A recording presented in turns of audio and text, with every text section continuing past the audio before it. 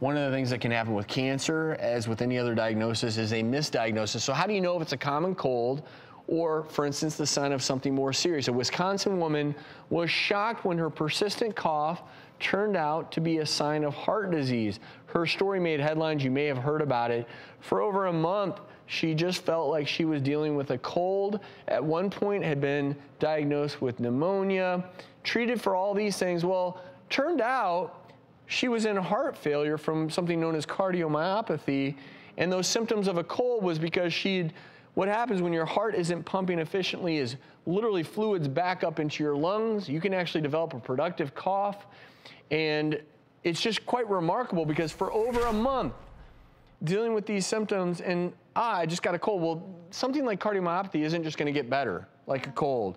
So it's kind of a, hey everyone, let's not forget that there are a lot of great mimickers out there, and especially with women whose symptoms of heart disease can be so very broad. And I think it's really important. This woman has gone through the ringer after her 2 antibiotic rounds and then finally had a chest x-ray which diagnosed the cardiomyopathy. She first had a pacemaker placed and a defibrillating pacemaker, and now has actually had a cardiac transplant, and her mission is to raise awareness for organ donation because this truly saved her life.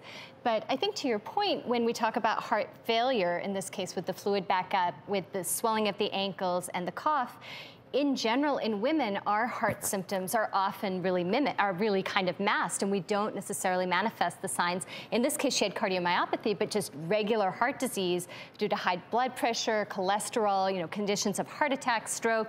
They're often very subtle and easily missed in women. It's true. And also the other thing is, if you have a common cold, I always think of a cold as it's a nuisance. Runny nose, congestion, you might have postnasal drip causing a cough. But when you're starting to talk about heart disease and heart failure, you should never have frank, severe shortness of breath with a cold. And when your lungs get full of fluid from heart failure, you're going to develop some persistent shortness of breath.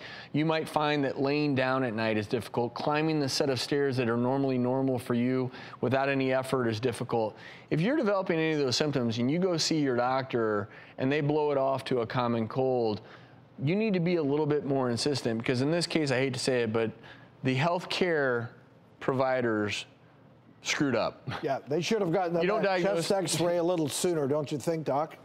Well, I think so. In fact, I think your point is excellent. I think that we all have to be our own advocate as patients. And you know when something's not right. If someone says, if you're vastly short of breath and your doctor says, well, this is just a bad cold, you know it's going all around town, everyone's got it, but you're gasping for air and you know that's not right, you need to say, check the oxygen in my blood, please, or I need to have the next level of evaluation, and be your own advocate, because people are not paying attention a lot of times. Yeah, it's easy during this time of year especially to, oh, it's just no big deal, you're gonna be fine.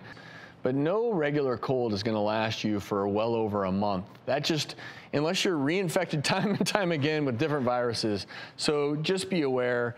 And Dr. Pierre, I wanna thank you again for highlighting this new treatment.